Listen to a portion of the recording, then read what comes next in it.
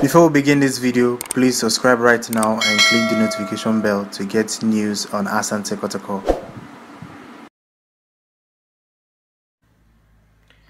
Alright, let's take a look at the goal Asante Kotoko conceded against Liberty Professionals. As you can see, this is Patrick Yeboah. He left his left back position and he came to the midfield to win the header. Now you see how empty here is. This is I think that's just display. As you can see, Patrick Yeboah left. See one, two, and he came to win the header here, leaving his position empty. Now you see, now it's left with Epem Da Costa, Habib Mohamed, and Nete.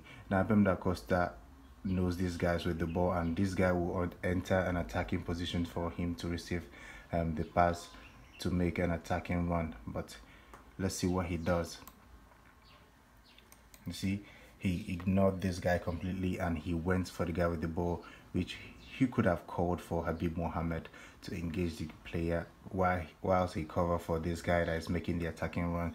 Now the guy passes the ball to this guy, and now there are three running to follow him, which Epem Da Costa could have prevented here.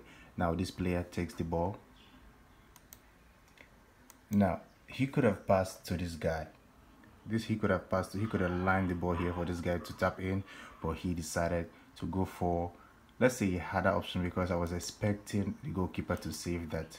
You see, he scored from that position. The goalkeeper should have done better to save that. Maybe Maxwell Konado will share the same thought and decide that Felix Annan will play the next match, since he believe, or if you believe, the goalkeeper should have stopped that. So I feel that goal could have been prevented. It was a very cheap goal to concede.